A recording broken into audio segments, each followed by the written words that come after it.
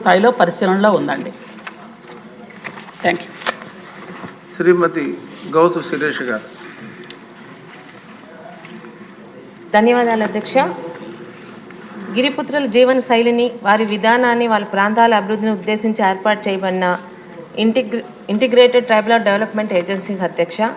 అయితే మన రాష్ట్రంలో ఐటీడీఏకి సంపూర్ణ ప్రాముఖ్యత కల్పించి వాటిని ప్రత్యేక నిధులు కేటాయించి ముందుకు తీసుకెళ్లిన ఘనత అలనాటి ముఖ్యమంత్రి నందమూరి తారక రామారావు గారిదైతే వాటికి మరింత ప్రత్యేక దృష్టి పెట్టి ప్రత్యేక నిధులు, అధికారుల ద్వారా, కొత్తగా సంక్షేమ పథకాల ద్వారా ఐటీడీఎస్కి మరింత శోభను తీసుకొచ్చారు అధ్యక్ష ముఖ్యమంత్రి గారు నారా చంద్రబాబు నాయుడు గారు.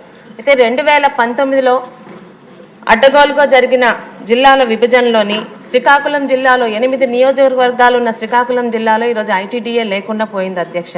ముఖ్యంగా పాతపట్నంలో 2 మండలాలు, అలాగే పలాసలో 2 మండలాలు గిరిజన పితృలతో నిండి ఉంది అధ్యక్ష. అయితే 2019లో వారు మన మీద పెట్టుకున్న నమ్మకం కనీసం 4 మండలాలున్న శ్రీకాకుళం జిల్లాలో మినీ ఐటీడీఏ అన్నదన్నా తీసుకొస్తామని మనం వారికి హామీ ఇవ్వడం జరిగింది అధ్యక్ష. సదరు మంత్రి గారిని ఆ మినీ ఐటీడీఏ ద్వారా వారు మన మీద పెట్టుకున్న నమ్మకాన్ని ముందుకు తీసుకెళ్తామని, అది ఎప్పట్లో తీసుకొని వచ్చి వారు మన మీద పెట్టుకున్న నమ్మకాన్ని, మరియు ఐటీడీఏ వస్తేనే ప్రత్యేక నిధులు ఎక్కువగా వస్తాయి, అది మన జిల్లాలో అంటే ఇప్పుడు జరుగుతున్న అభివృద్ధి మరింతగా జరుగుతుందని వాళ్ళు నమ్మకం పెట్టుకున్నారు అధ్యక్ష. త్వరలోనే ఒకవేళ ప్రభుత్వం దాని మీద ఒక చర్య తీసుకొని, నిర్ణయం తీసుకొని ఒక మినీ ఐటీడీఏని శ్రీకాకుళం జిల్లాకి తీసుకొస్తారని మీ ద్వారా సదరు మంత్రి గారిని కోరుకుంటున్నాను అధ్యక్ష. ధన్యవాదాలు. చాలా క్లుప్తంగా